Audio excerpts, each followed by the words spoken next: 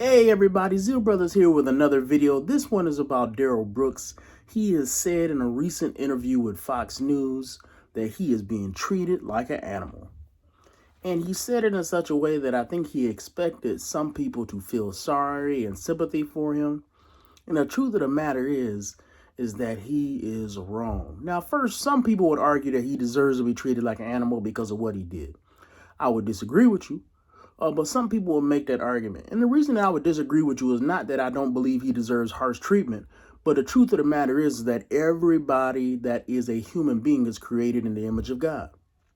And being created in the image of God means that we respect human life, even if we don't like that human life.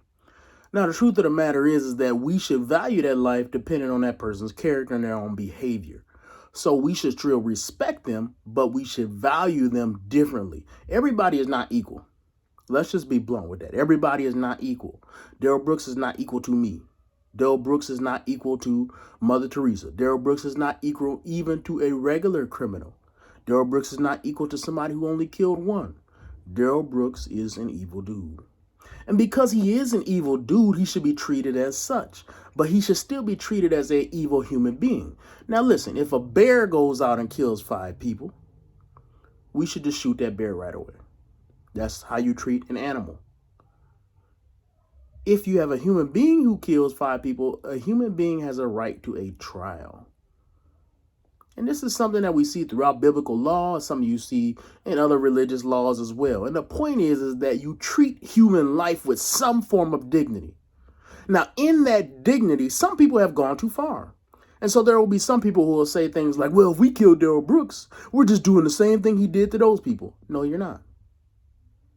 Because when you kill Darrell Brooks, and he does deserve to be killed, when you kill Darrell Brooks, you will be giving him an opportunity to voice what he did, why he did what he did, and you will have witnesses to what he did, and he will understand that his behavior has a consequence. Now, there are some naive souls out there who think that they're being Christians and think they're being loving, and they're just tools, but they out there, right? People out there who think they're Christians, they think they're loving, and they're just tools.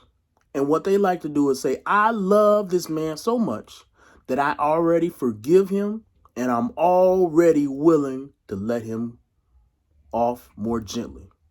See, Brian, something is wrong with you. Something is wrong with you, B. Chris, because you just want to see this man dead. Me, I love people. And I want to see these people live a life of victory. And I want to see them live a life of forgiveness.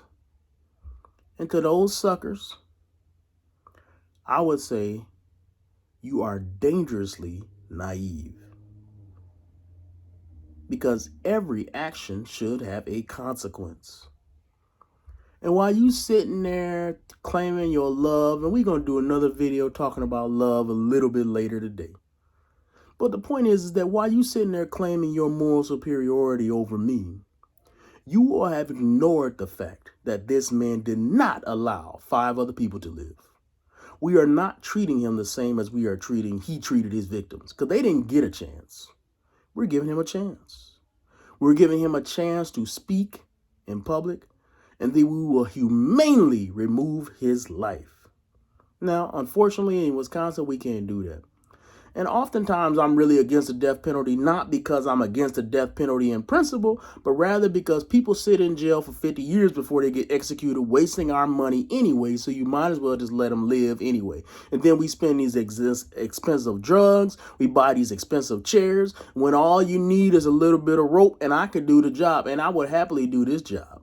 But the truth of the matter is that our executions are so dang expensive. And we take so long with an obvious case, even obvious cases like this, that oftentimes is simply impractical to do in our modern society. So I get it. That's the only real reason that I'm against execution. But in principle, I'm not. And in principle, we can't do that in Wisconsin. We don't have executions in this state. But hey, I would not be against it. And if you are a Christian and you want to say that you are against this, you really need to ask yourself, are you more loving than God? Because what is God's penalty to murder?